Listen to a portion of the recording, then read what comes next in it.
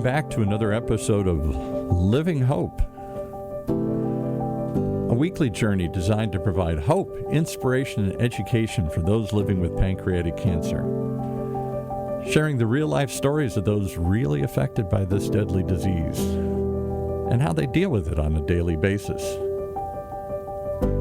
With our host, a host who's been on this journey longer than most, 19 years and counting, our pancreatic cancer survivor, Roberta Luna. Welcome. Thank you, Paul. I appreciate that. Today you have something that I've been anxious to hear more about. Just as the journey that you and many others on is a mystery to me. What happens when you get diagnosed? What do you do? How do you handle it? How does the family around you support you? What do the doctors do? All that stuff. There's another element to it. The people who are frantically trying to find cures or answers or solutions or therapies or whatnot. The researchers, right? Right. We never see these people. They live in some dark, mysterious world at the top of a castle or something here, where they don't actually come out into the open and talk. You found one, and she's going to join you today here. Introduce your guest here. Yes, thank you very much. I am with Dr. Melissa Rowland-Goldsmith. She is an associate producer and co-director of the Institute of Excellence in Teaching and Learning at Chapman University. And I think you said associate producer. Oh, I'm sorry. So associate professor. I'm probably thinking I'm the Maybe associate she put, professor. Yeah, you're the associate producer in the show. Yeah, right. No, I'm sorry. She's the associate professor. She teaches a lab class where they do some unique pancreatic cancer research, as well as teaching students how to communicate with cancer survivor patients and non-scientists in layman terms, which I highly appreciate. Welcome, Melissa, and thank you so much for coming today. I really do appreciate it. I'm really thrilled to have you here. Thank you, Roberta. Thank you for having me. I'm sorry I called you an associate producer. Could you share your connection or your personal story with us with pancreatic cancer? Sure. So when I was in graduate school, I knew that I really wanted to get into some kind of cancer research, and I wasn't exactly doing that in graduate school. So when I was finishing up and applying or looking into postdoctoral work, I knew it had to be cancer. That just been something I wanted to do ever since I was a little kid. And originally it was leukemia, and it was leukemia because when I was in grade school, there was a little girl, actually middle school, who was undergoing chemotherapy treatment, and she lost her hair through the treatment, and she was required to go change into her uniform for PE, even though she couldn't play. And she had to pull off her wig, and all the girls except me laughed at her. And that was the moment when I knew I needed to do something with cancer. I just felt so bad. And when we graduated 8th grade, she wasn't there because she had passed away. So by the time I got to my postdoc, time for me to apply for postdoc, there was great treatments for leukemia. But around that same time, I had a very dear friend's mom diagnosed with this unknown cancer that I really knew nothing about, which was pancreatic. And then somebody at my local synagogue, who I didn't know very well, but was quite young, was also diagnosed. And within a matter of a year, both of these people passed away. So I just knew that that had to be the cancer that I needed to get into research for. And I was very fortunate when I landed a postdoctoral position at UCI with Dr. Murray Cork, who's a really world-renowned pancreatic cancer researcher. And that began my journey in late 1997. And I've been with pancreatic cancer, that is the disease I study, ever since. I'm just amazed that at a young age, you already knew that you wanted to go into oncology. That's just a difficult thing to know, even as an adult, but to be so young.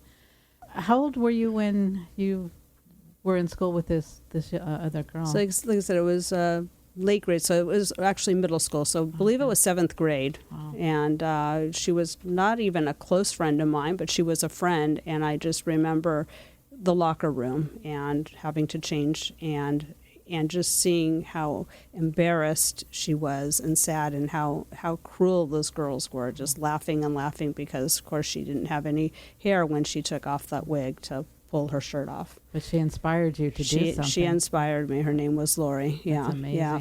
Have you had any connection with anybody else other than the two that you mentioned with pancreatic cancer? Well, so then I started my journey as a pancreatic cancer researcher in Murray's lab, and I was working with pancreatic cancer cells day in and day out, and I was working with mouse models, treating them with creating pancreatic cancer models and then treating them with what I was trying to use to slow down or inhibit the cancer growth. And that was almost 5 years, and I didn't know anybody at that point. And so Murray told me about a walkathon for pancreatic cancer. And he told this to me on a Thursday, and the walk was on a Saturday. I called up my husband, and I said, guess what? We're coming back down to Irvine for this walk. But I said, Murray, what organization is this? And I thought it was going to be the American Cancer Society, and maybe it was a sub walk just for pancreatic cancer. I was wrong. There was this organization that was brand new called PanCan. And so I printed out the information for all 10 or 12 researchers in our laboratory. We were either postdocs, we had some grad students. This is what we did full time, was pancreatic cancer research. And they all said they were going to come to this walk. And it was right there in Irvine, and I lived a bit of a distance compared to everybody else. And my husband, who's fantastic, joined me. And I thought the other 10 who said they were going to be there would also join me, and that we'd show the community that, look, here's a whole group of us doing pancreatic cancer. Now, Murray was unable to come. He told that to me ahead of time, that he had some other obligation that Saturday, or I'm sure he would have been there. The first person I saw at this walk was this person who had a shirt that said something about cancer. He looked fantastic, and I said, oh, do you have a family member with pancreatic cancer? And he said, yes, it's me. I'm a 5-year survivor. And his name was Randy Stein. And we ended up walking with Randy and his wife, Judy, the entire walk, and heard about their journey. Now, all the textbooks and all the publications I've read at that point, this was now in 2001, stated that less than 5% would survive at that point. And here he was exactly what I wanted to meet, was this 5-year survivor. And he was just so inspirational. And that was the missing link for me, because I was just working with the cells and the mice. And I finally had this human connection. And my husband and I became involved in PanCan. And as we became involved in that, about a year later, we roped this couple, Randy and Judy, into helping us put on a charity regatta. And we became super, super close. And we were with Randy and Judy for the last 2 years of his life. We were inseparable. And they even inspired us to adopt our son in Russia. And I just really saw the whole journey with him. And I just knew that I needed to meet more survivors and become friends with more people. And so from that point on, my husband and I became super involved with PanCan and other organizations such as Hirschberg. And we've met our group of friends, and you being one of them. Very dear friend. Thank you. I appreciate that. I like how you say roped them in. I think the word we use now is kind of like voluntold. So. But I like how you roped them in, and they were a great inspiration. I didn't have the chance, unfortunately, to meet Randy, but still, he's been an inspiration because I've heard his story so many times, and it's just, I wish we would have met, but unfortunately, we weren't able. I have met his wife, Judy, of course, and she's been great as well. Putting the personal touch into this, does it make your research different? Does it make it better? Does it make it harder to do? It makes me so much more inspired to put that personal touch. When I'm tired, I think about all of you. When I'm frustrated and things don't work out, I think that I just have to keep moving forward and trying again, changing things out. And so without a question, it makes me a much better researcher and person. How do we get other researchers to take on that same? I know it's difficult, but a lot of times I don't know how you choose the field that you choose. I don't know if it has anything to do with funding or notoriety at some point, or finding the cure. What do you know? What basically the reason that a lot of research will select the field that they go into? I think a lot of them do go in for personal reasons, like I did, having a connection with this cancer. But then, unfortunately, there are a lot that just will go where there's funding. And they want to use the skills that they have and go do research and actually switch to another cancer if the funding is better for that cancer. Some people will work with multiple cancers, and that's great too. But I'm really trying to make a difference for my students at my undergraduate institution in getting them connected with whatever cancer they study, or if they become physicians, that they become compassionate researchers or MDs. I know one of the classes that you do teach, and like I said in the intro, I'm very thankful for that, is you teach your children. Your children. They are like my children. Yeah, I think they do become your children. You teach your students to interact with the patient, survivor, and the families with the layman terms, to present what's happening to them in that way. Even with your researchers, some that are choosing maybe to go more into being a doctor versus those being a researcher. Do the researchers really have much one-on-one with the patient at all? When I was at UCI, unless I did something like PanCan, no, we were removed. We were in a very basic research building, so we never saw any patients, any survivors. Now it depends. When Murray moved to Dartmouth, there you had to go through the hospital or the cancer center to go up on the elevator to get to the lab. So every day you had to somehow see, maybe not interact, but at least see these patients that you were trying to help. So I think in places like that, how could you not somehow connect? But those are few and far between, I think. A lot of research labs are just in buildings that are not right next to the hospital or cancer center. Is there any way that we can get researchers more involved personally, so that I would think that when you're looking at it in a personal way, maybe you want to do a little bit more, go a little bit further? I don't know. Is there a way, any suggestions or thoughts on how to get that done? Well, I'm trying to hopefully create a movement here, if you will, with my class at the undergraduate level. I think, why wait until they get to graduate school? And even, like I said, when I was in graduate school, I had no connection with any kind of patient, even in what I was working with. So I'm trying to get my students to connect now and see and make that human connection, so that when they go on to medical school or graduate school, they will seek out those opportunities like I did when I was a postdoc, but early on, and get involved in organizations of whatever kind of cancer or research that they are doing. And I think I have definitely made a difference. I've been teaching this particular cancer biology class. I believe I teach it with my colleague, Dr. Marco Bisaffi, and we've been teaching it. This is our 5th year, coming up this fall.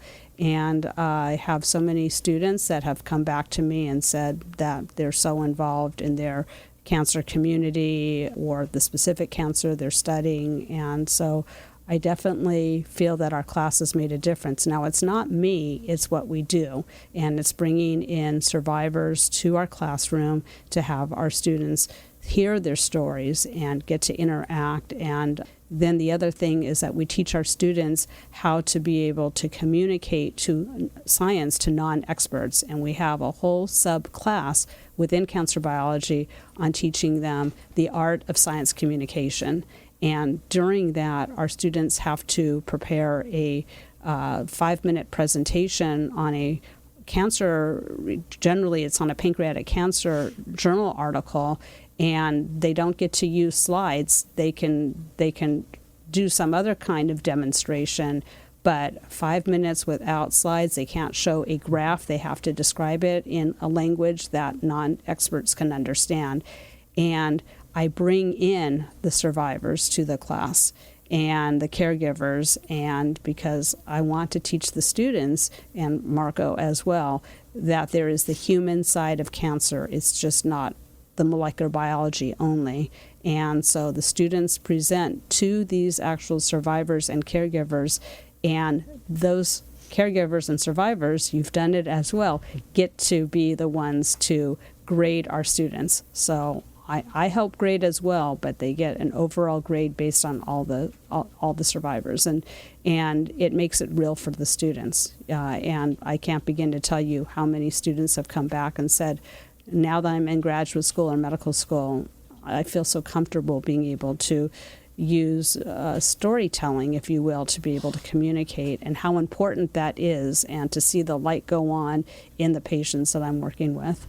So that's what I'm hoping that other universities will be able to do, and start working with students at the undergraduate level and start teaching them these skills, and not just the skills, but connecting them with the patients that have whatever cancer we are studying, or, it could be a different type of class, but a disease. They have to make it real by interacting and hearing their story, and then having the students be able to explain to them some biology. So it's a win-win for everybody, that the survivors are helping them get better bedside manners and better connection.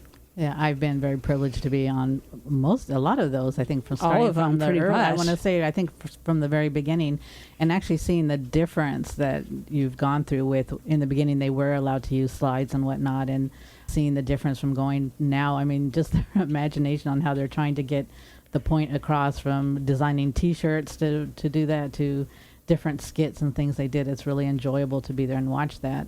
You said it's not you, but it is. I mean, you started this, and had you not, then I don't know where we would be. But as a survivor, I'm very grateful that you have this program, that you've been able to take these young minds and kind of make them look and see it's more than just the science. We need to look at the human side of it. And I have a lot of questions, but we're not that great on time, so I know we're going to have you come back. But I know one of the things you are doing, maybe you can touch on very briefly, is the research that you're doing with pomegranate and caffeine. Mm-hmm. Yes, so that's another class that I teach. So the first class we were chatting about was cancer biology, which we interact very much with survivors and caregivers and teach them molecular biology. This class is a laboratory, a high-level molecular genetics. These are both senior-level classes, by the way. And for this class, the students do a semester-long research project on pancreatic cancer, in which we treat the cancer cells with pomegranate and caffeine. And this became an interest of mine through an undergraduate student of mine from several years ago, who wanted to try something different and use a natural product to be able to slow down the pancreatic cancer growth. And that had not been at another time we can talk about my research with signal transduction pathway that I was working with Murray, called transforming growth factor beta, but that would be another time. So anyways, this was cheaper way to do things, and I didn't have a lot of money when I was teaching with my students. So my student found pomegranate had some good anti-proliferative ways to inhibit the cancer growth. So we tried that out, and then another student said, well, I want to do a combination treatment, and so I'd let them kind of look and see what's out there. And caffeine alone also does great things to slow down cancer growth, different kinds of cancer. So we are the first ones to do this combination, and we did a lot of work to figure out what the right amounts were and the amount of time to do the treatment. So now we all do this treatment, all my students in my class, and usually it's about 20 students, and we treat them with or without this combination. And then we're looking at all of these genes that are signatures, if you will, that are being regulated by this treatment, either inhibiting ways that we're most interested in, ways that these genes are being regulated to slow down the cancer growth. And so then the students choose one of these particular genes that is of interest to them, and then they do all kinds of literature review, and they validate the initial findings by doing a different type of experiment. And it's just amazing for them to take on this cancer research from beginning to end in one semester. Yeah, well, I'd like to have you come back. Like I said, just this subject alone, I think we could do for the full time. Mm-hmm. But thank you for being here and sharing your story. And I really appreciate everything you've done for all survivors and patients. And we all do, and have really loved being part of your class. So thank you so much. And please, we really do seriously want to have you come back and talk more, especially about the pomegranate and caffeine. I'm really interested on how that even came to be. Sure. So, thank you. Thank you for appreciate having it. me. Thank you. Mm-hmm.